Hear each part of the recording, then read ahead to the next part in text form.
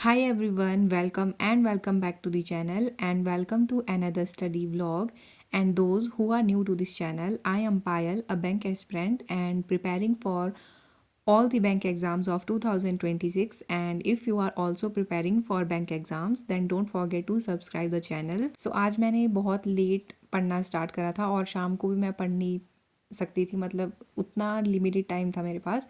तो मैंने उसी अकॉर्डिंग अपनी टू डू लिस्ट भी तैयार करी थी। और टू डू लिस्ट में मैंने बहुत ज़्यादा चीज़ें लिखी भी नहीं, बस कुछ मॉक टेस्ट और सेक्शनल आज मैंने ज़्यादा दिए हैं और बाकी क्लासेस वगैरह करी थी। मैं शॉर्ट में बता देती हूँ। प्रीलिम्स का मैंने आरबीआई असिस्टेंट का एक मॉक रखा था एंड बाकी रीजनिंग, मैथ्स और इंग्लिश के सेक्शनल रखे थे अलग अलग। एंड बहुत दिन से मैंने रीजनिंग मेंस की क्लास नहीं करी थी, मैं सिर्फ क्वांट मेंस प्री और मेंस सिर्फ क्वांट्स का ही पढ़ती थी। तो आज मैंने रीजनिंग का रखा था क्लास। एंड इंग्लिश का तो करना ही है, परफेक्शन एडिटोरियल, वो तो मैं डेली कर ही रही हूँ अभी। अभी मैं यहाँ पर सॉल्व कर रही थी checklist from Ashish Arora sir. And कभी कभी मैंने चेकलिस्ट को भी मैंने डिवाइड करके रखा है। कभी मैं सिंप्लीफिकेशन और अप्रॉक्सीमेशन के 10 क्वेश्चंस लगा लेती हूँ एंड कभी अर्थमेटिक के 10 क्वेश्चंस कर लेती हूँ, क्योंकि सारी चेकलिस्ट उतना टाइम तो नहीं लगता है, बट मैं सेट बनाया है मैंने कि आज इतना कर लिया कल के लिए। बाकी मेन चीज़ें हैं वो मैं करती हूँ, रॉन्ग नंबर सीरीज़ और मिसिंग नंबर सीरीज़, उनको मैं डेली कर रही हूँ। और यहाँ पर अभी मैं दे रही थी sectional mock of English from text book. And starting में मेरा मॉक अच्छा जा रहा था लास्ट तक, और लास्ट जैसे में इसमें पैराजंबल वाले क्वेश्चन आए थे, 5 क्वेश्चन थे वो। और उनमें कभी कभी मेरे पैराजंबल वाले क्वेश्चन ए टू जेड ठीक हो जाते हैं, है ना। वैसे तो फर्स्ट स्टार्टिंग वाली लाइन और एंड वाली लाइन वो तो ठीक रहती है हमेशा, बट बीच वाली लाइनें कभी कभी मेरी ऊपर नीचे हो जाती हैं।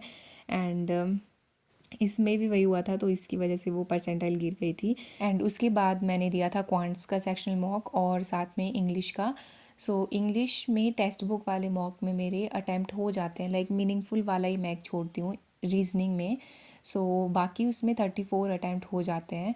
बट जो गाइडली वाले मॉक है ना, उनके सेक्शनल भी और फुल मॉक में रीजनिंग वाली सेक्शन में एक पज़ल हमेशा मेरे को ऐसी मिलती है जिसमें मैं हमेशा फंसती हूँ। वो एंड साथ में ऐसा है कि गाइडली के जो मॉक होते हैं उनके पज़ल थोड़े हाई लेवल की होती भी हैं, तो उसमें थोड़ा उनको बनाने में टाइम लग जाता है कभी कभी। गाइडली में मेरे को थोड़ा और गाइडली के सेक्शन मॉक मेरे को और लगाने हैं। अभी मैं टेक्स्ट बुक से कंप्लीट कर रही हूँ, देन उसके बाद मैं गाइडली पर ही जंप करूँगी।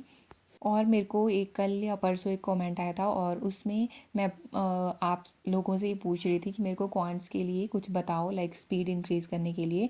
तो वहाँ पर मेरे को एक कमेंट आया था कि आप जो गाइडली के स्पीड बूस्टर हैं उनको एक बार ट्राई करके देखो।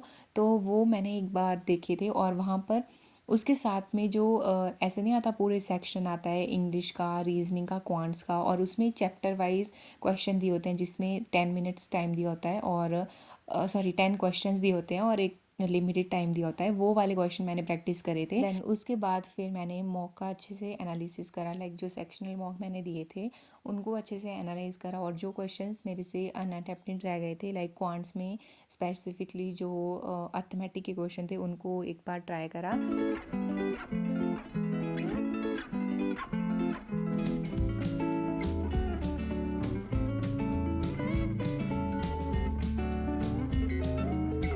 एंड उसके बाद जैसे मैंने पहले भी बताया कि मैंने रीजनिंग मेंस की क्लास बहुत दिनों से नहीं करी थी, मैं सिर्फ क्वांट्स के ही प्रीलिम्स और मेंस के क्वेश्चन सॉल्व करती थी।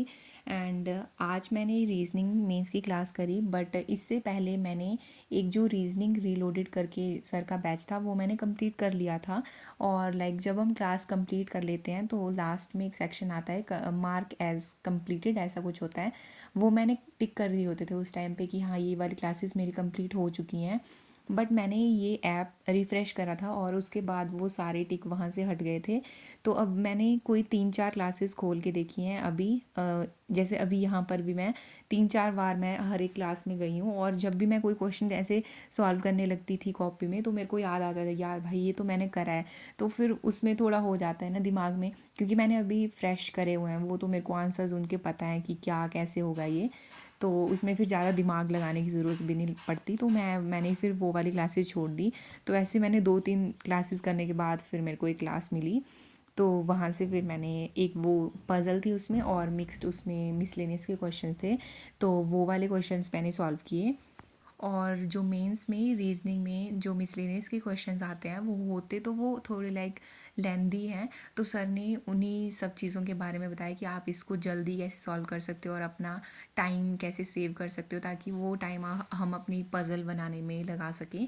तो वो सारी चीज़ें करी। और जैसे जो कोडेड क्लॉक वाला होता है या फिर डायरेक्शन वाले होते हैं, वो सर ने आज एक अलग क्लासेस ली होती हैं सर ने मिसलेनियस के लिए स्पेसिफिकली, वो भी मैंने बहुत दिन से नहीं करी थी। पहले मैंने जब सीखा था ना, तब मैंने बहुत क्लासेस करी थी उसकी, बट अभी मैंने नहीं करी थी। तो आज मैंने मिसलेनियस भी किया था साथ में, और जो पज़ल वाली एक सेपरेट क्लास होती है वो भी करी थी मैंने, और ये सब करने में मेरे को 1.5 घंटे के आसपास कुछ लग गया था। सो एडिटोरियल में आज की क्लास का टॉपिक था restarting is the first step towards the progress.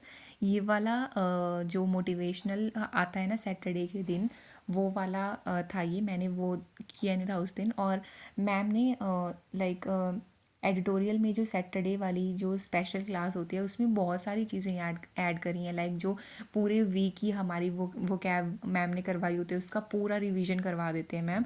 मेरे को तो ये बहुत अच्छा लगा, लाइक पूरी वीक में उसको पढ़ो और लास्ट में रिवीजन।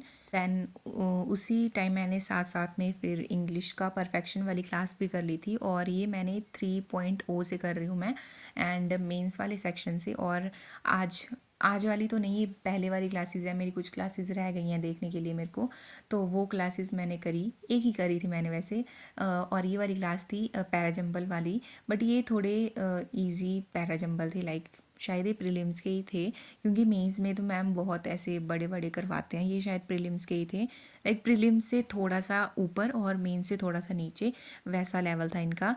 एंड मैंने एक अलग पेज लगा रखा है इनके लिए, इंग्लिश के लिए स्पेशल, तो उसमें आंसर लिखती हूँ, मैम से मैच करती हूँ। सो ये वाला मॉक दिया है मैंने गाइडली से, it is mock number 6 and percentile is 76 and score is also 76.5 and sectional cut off sorry sectional score देखते हैं, तो इंग्लिश में आई गॉट 17, लाइक 5 क्वेश्चंस मेरे गलत हो गए, जो मैंने सोचा नहीं था। इसमें जो क्लोज टेस्ट है और जो मीनिंग वर्ड्स के मीनिंग वगैरह बताने थे उसमें वो मेरे गलत हुए हैं। एंड ओवरऑल अगर इंग्लिश की परसेंटाइल देखें तो 77।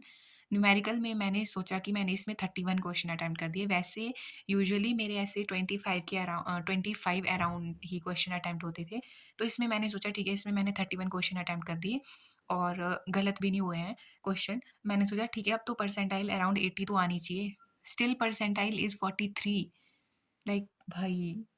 एंड उसके बाद रीजनिंग में मेरा छूट गया था क्वेश्चन, लाइक पजल एक पूरी छूट गई थी, और एक साथ में और शायद मीनिंगफुल वर्ड वाला छूट गया था, वो मैंने अटेम्प्ट ही नहीं किया था, और पजल एक रह गई थी लास्ट में। रीजनिंग में ना मेरी बहुत स्पीड स्लो हो रही है आजकल, सो इसमें एक क्वेश्चन गलत हो गया था एंड परसेंटाइल इज 75। बट मैं इस क्वांट्स वाले सेक्शन को देख के बहुत ऐसे शॉक थी, क्योंकि मैंने हमेशा 25 ही अराउंड क्वेश्चन अटेम्प्ट किए और मेरी परसेंटाइल उसमें ऐसे 30 या ऐसे कुछ आती थी हमेशा, इन क्वांट्स वाले सेक्शन में स्पेसिफिकली। तो इसमें मैंने सोचा था आज तो 31 क्वेश्चन अटेम्प्ट है, बट स्टिल परसेंटाइल का फिर से वही हाल है।